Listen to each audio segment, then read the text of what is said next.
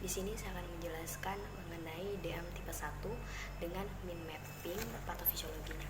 Jadi gambaran mind mapping saya seperti ini.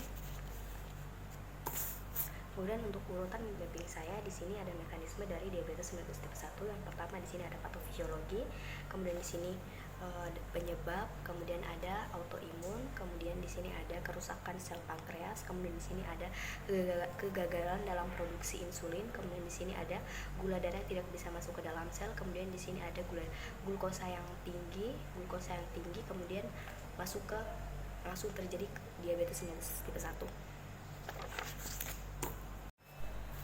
Kemudian untuk penjelasannya, yang pertama saya jelaskan dulu di sini tuh apa itu diabetes mellitus tipe 1. Jadi perlu kita ketahui di sini dulu bahwa diabetes mellitus tipe 1 itu merupakan penyakit diabetes yang memiliki ketergantungan terhadap insulin.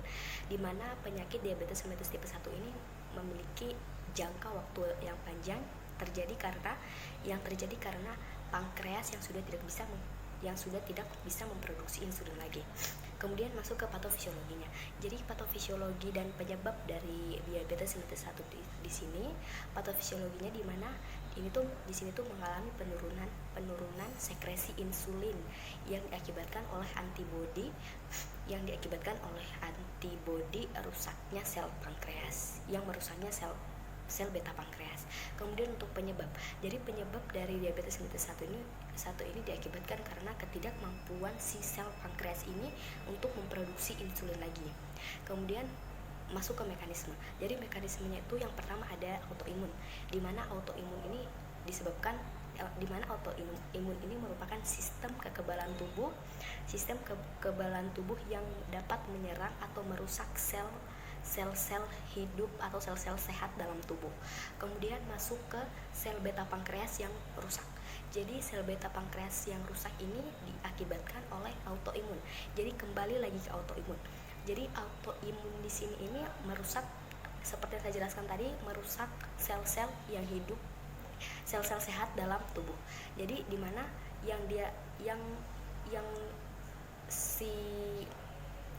si autoimun ini menyerang si sel beta pankreas ini, sehingga sel beta pankreas ini mengalami kerusakan. Kemudian masuk ke mekanisme kemudian masuk ke kegagalan dalam produksi insulin.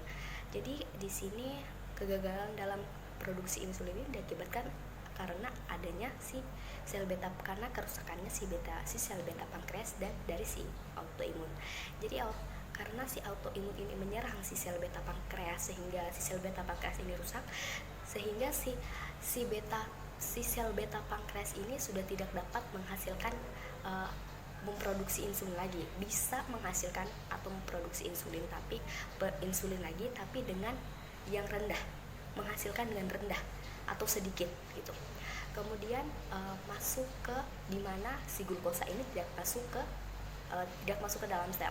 Nah, akibat atau penyebab dari si glukosa ini tidak masuk ke dalam sel itu diakibatkan karena si insulin atau si beta pankreas ini yang sudah tidak bisa bekerja lagi, sehingga si glukosa ini tidak masuk ke dalam sel karena di mana keadaan si sel ini mengalami kerusakan. Kemudian masuk ke gula darah yang tinggi. Nah, glukosa yang tinggi, atau yang berlebihan. Itu disebabkan karena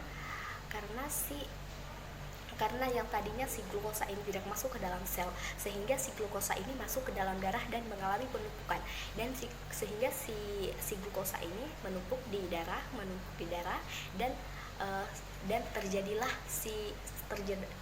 glukosa yang tinggi atau gula darah yang tinggi akibat menumpuknya glukosa di dalam darah, si glukosa dalam darah yang disebut hiperglikemi. Kemudian selanjutnya terjadilah si diabetes mellitus tipe 1 ini. Oke, sekian dari saya. Wassalamualaikum warahmatullahi wabarakatuh.